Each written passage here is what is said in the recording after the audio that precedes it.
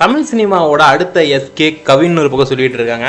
இந்த ஸ்டார் படம் எப்படி இருக்கு, இந்த இளன் டைரக்ஷன்ல எதுக்கு முன்னாடி பியார் பிரேமா காதல்னு ஒரு படம் வந்து படத்துக்கான ரெஸ்பான்ஸும் மக்கள் மத்தியில் நல்ல ஒரு வரவேற்பே கிடைச்சு. அதே டேரக்டர் இப்போ பார்த்தீங்கன்னா ஸ்டார்னு ஒரு படம் எடுக்கிறாரு. இதுக்கு ஃபர்ஸ்ட் ஹரிஷ் கல்யாணம் தான் பார்த்தீங்கன்னா அவங்க தேர்வு செஞ்சாங்க.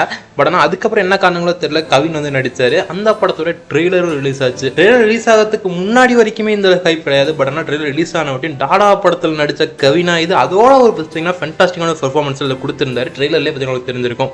ட்ரெய்லர் கட்டும் பார்த்தீங்கன்னா ரொம்பவுமே நல்லா வந்துருந்துச்சு. இதுவே இந்த படத்துக்கு ஒரு பெரிய ஒரு ப்ளஸ்ஸாக வந்துச்சு. அதே டைம் இந்த படத்துக்கான எதிர்பார்ப்புகளும் அதிகமாச்சு ஒரு பக்கம்.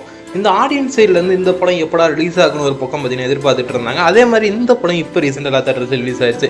இந்த படத்தோட ஸ்டோரி பிளாட் அப்படின்னு சொல்லி கேட்டிங்கன்னா, சினிமாவில் சாதிக்கணும்னு சொல்லி ஒரு பையன் பார்த்தீங்கன்னா போராடுறான். இப்படி அவன் போராடி அவனுக்கு வாய்ப்புகள் கிட்ட வர ஒரு ஆக்சிடென்ட் நடக்குது. அந்த ஆக்சிடென்ட் நம்ம கவின் ஒரு பர்ஃபார்மன்ஸ் கொடுப்பாரு பாருங்க, மூஞ்செல்லாம் தேலை போட்டு சும்மா வெறித்தனமாக இருக்கும்.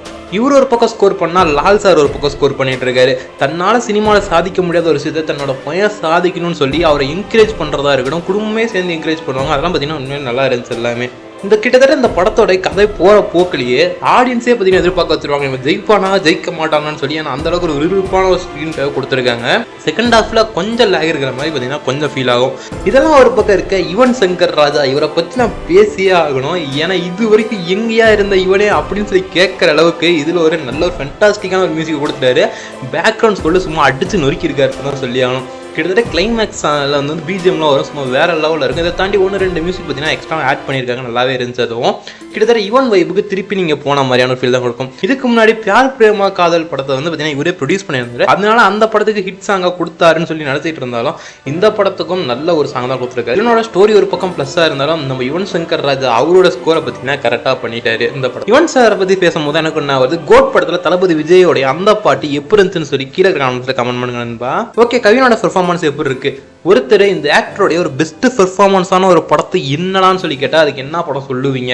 ஏன்னா கமல்ஹாசனுக்கு நம்ம அன்வேசியம் கூட சொல்லலாம், அந்தளவுக்கு நல்ல படமாக வந்துச்சு.